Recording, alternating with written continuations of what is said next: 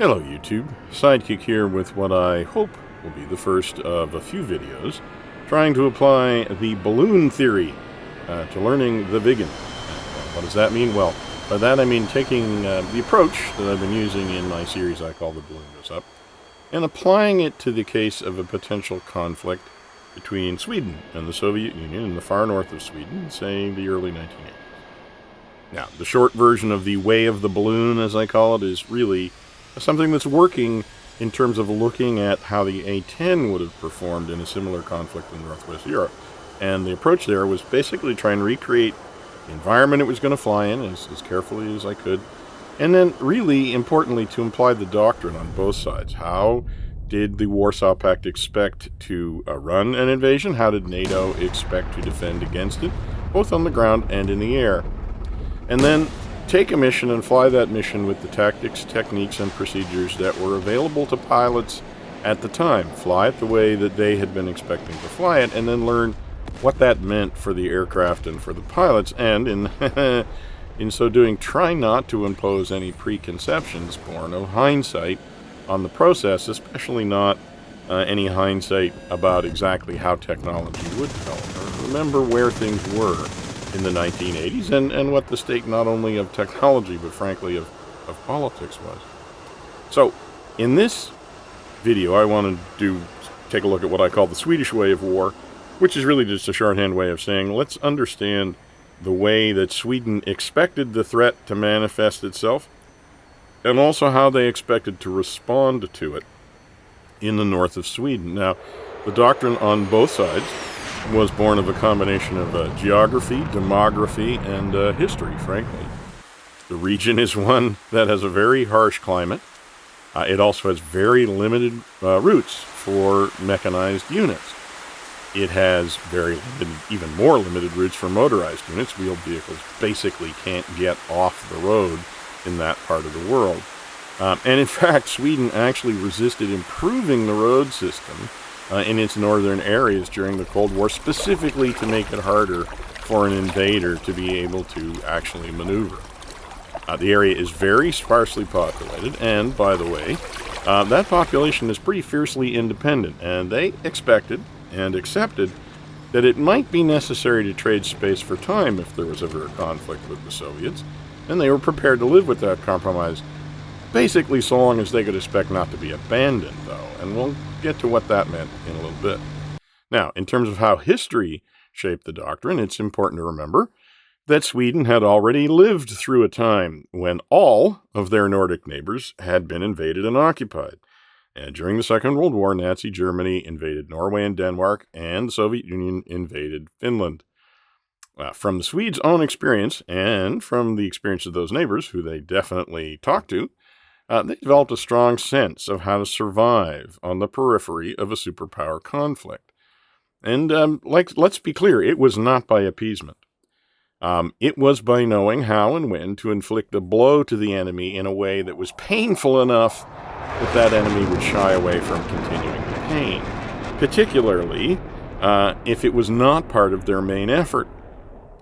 So, unlike NATO, who expected to deflect and absorb the Warsaw Pact kind of hammer blows, the Swedes expected to dodge the first punch, step out of the way, and then drive a very, very sharp blade into a very sensitive part of the Red Army's anatomy while they were distracted by attempting to bludgeon NATO to death.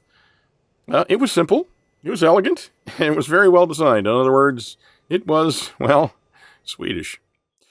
Without going into the detail, the Swedish air doctrine was based on some key assumptions that was generated from this basically approach to a potential conflict with the Soviets. First of all, Sweden assumed that they would not have air superiority, and they wouldn't even really spend any time trying to achieve it.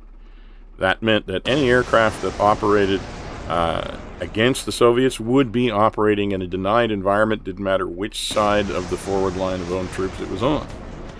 Now, they did also assume, though, that they would have much better aircraft than the enemy, and they also assumed that, frankly, they'd have much better pilots, at least pilots that were better trained to do the job that they were going to have to do.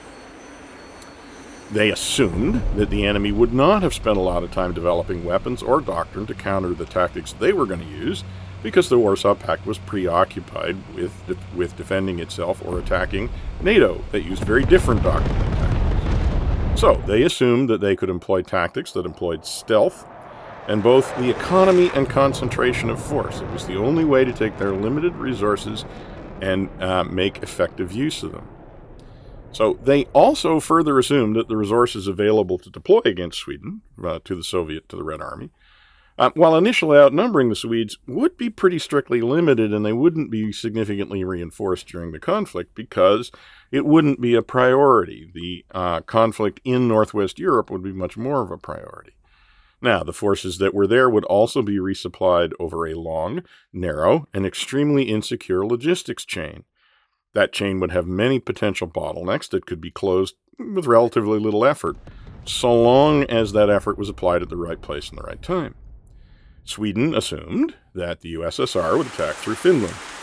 They did not necessarily expect Finland to engage in protracted, organized resistance, but they did expect the Finns individually to resist Soviet occupation and, frankly, to do it effectively. They'd done it before. This would certainly have the effect of making the supply line even more tenuous. In addition to that, there was a good natural barrier between Finland and Sweden, the Torn River.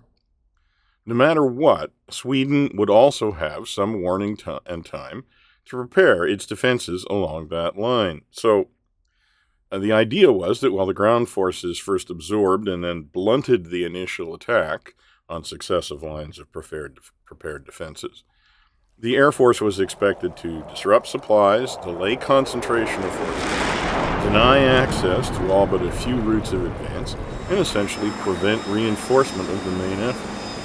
All of which would allow the ground forces to then isolate the attack that they had blunted and destroy the break-in when it had spent its initial momentum. Okay, so what does that mean in terms of the mission that the Viggen and the enemy that it's going to be facing? Well, first it means that it will face standard Soviet formations, specifically motor rifle divisions made up of motor rifle regiments and tank regiments. Now, those divisions will be made up to full establishment, but probably not with the most modern equipment. The Soviet forces will rely on wheeled transport significantly, so they will be basically confined to the roads. They will need to transit through Finland, which will be hostile territory, whether Finland is officially belligerent or not. The supply lines will be single string at many strategic points. The road system through northern Finland and northern Sweden consists of multiple main routes running east-west and a few running north-south, but with very little connections between them except at the major route intersections. The rail connections are also similarly sparse, and the country is not amenable at all to large-scale construction or improvement of infrastructure. Now, airborne insertion is a possibility, but frankly, there are very few points at which an extended air mobile operation could really be sustained for more than a few days and more than battalion strength, because there simply aren't the airports available. So, the enemy is primarily going to consist of long columns strung out on roads, advancing on a narrow front, passing through literally hundreds of possible choke points on their way to the border. That advance will be impossible to conceal, and it will be easy to monitor in near real time. But the enemy will have a full complement of air defense weapons. These will not have been suppressed or degraded in any way. And the enemy will also have some airborne resources, some interceptors, and they'll be available, but they're probably not expected to be focused all that much on low level, because they really are reserved for watching U.S. strategic bombers coming over the pole. But it is a possibility that there may be some air-to-air interference with the mission. That has to be borne in mind. So, the Viggen. What will the Viggen have to be able to do? Well, the mission will basically consist of attacking the enemy at vulnerable points with concentrated strikes aimed at doing maximum damage, causing disruption and delay, closing supply routes entirely until the infrastructure can be repaired. The strikes will be planned with pinpoint precision before launch. The strikes will be delivered from multiple unimproved, more or less covert bases rather than a massive strike from a single location.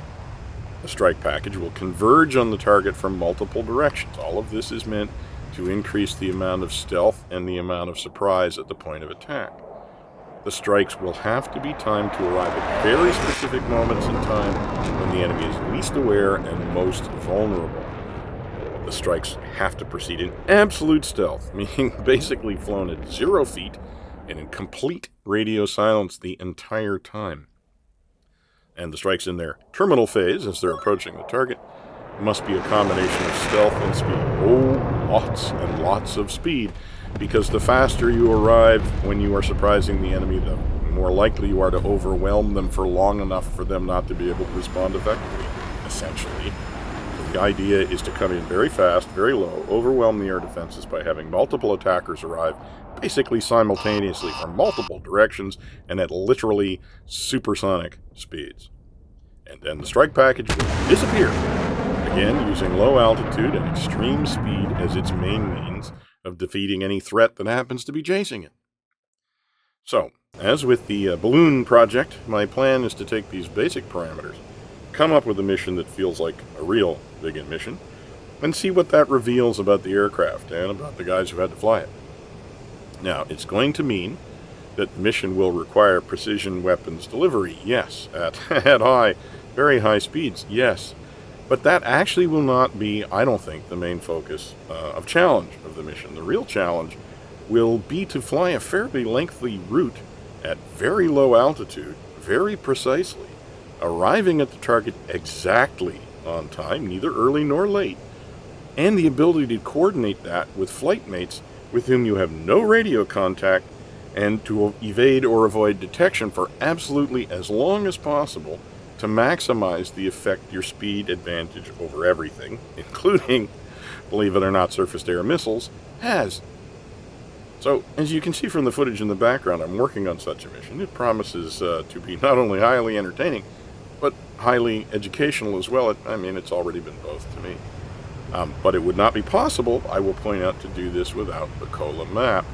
And maybe I'll talk a little bit more about that in the next video. This one's probably gone on long enough.